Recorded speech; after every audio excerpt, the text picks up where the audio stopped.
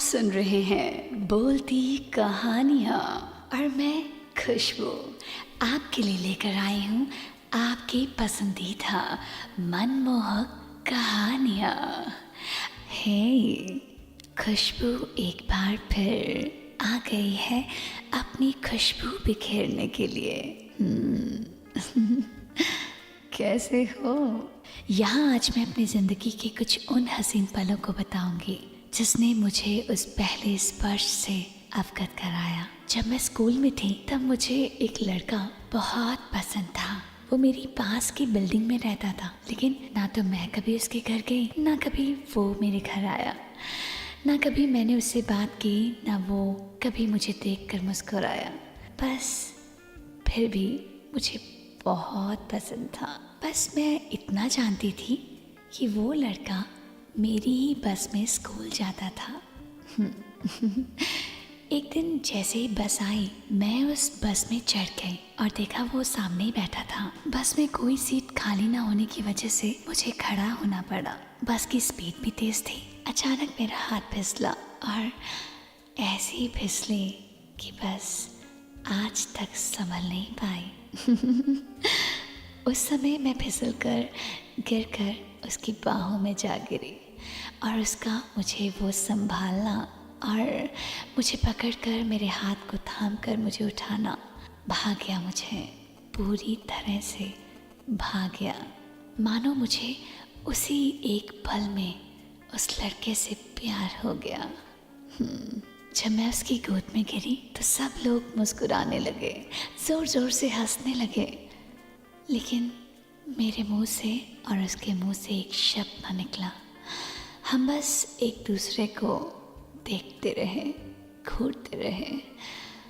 वो उसकी आंखों में एक अलग सी चमक थी। उसका वो स्पर्श मुझे जकड़े हुए था और मैं उसे अपने आप को छुड़ा नहीं पा रही थी। बस चाहती तो थी कि वो पल इसी तरह बीत जाए, उसकी बाहों में मैं अपनी ज़िंदगी गुजार दूँ और वो मुझे इसी तरह देखता जाए। पर ज़माने का क्या करें?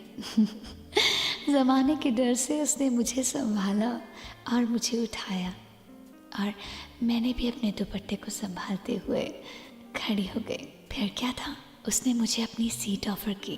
बस मैं बैठ गई उसकी सीट पर। बस उसकी नज़रें मुझ पर थी बार बार और मेरी घूम घूम कर उस पर थी 1000 बार। फिर जब भी हम बस में जाते मिलते तो हल्की सी मुस्कुराहट से एक दूसरे को देखते। फिर ये सिलसिला मेरे घर की खिड़की के नीचे शुरू हुआ। उस लड़के ने धीरे धीरे मुझ तक पहुंचने की कोशिश की और मैं तो अंदर से यही चाहती थी ना। तो बस फिर क्या था, उसने मुझे एक दिन प्रपोज कर दिया और मैंने मुस्कुराते हुए, शर्माते हुए उसका हाथ थामा और उसके प्रपोज को एक्सेप्ट कर लिया। बस तब से लेकर आज तक हम अपनी रिलेशनशिप को जी रहे हैं प्यार से, और उसके उस पहले स्पर्श का एहसास आज कितनी बार मैं अपने अंदर समा चुकी हूँ। मुझे लगता है इससे ज़्यादा कुछ ना बताया जाए तो अच्छा है। कहते हैं ना, समझदार को इशारा काफ़ी है। चलिए फिर मिलूँगी बहुत जल्द।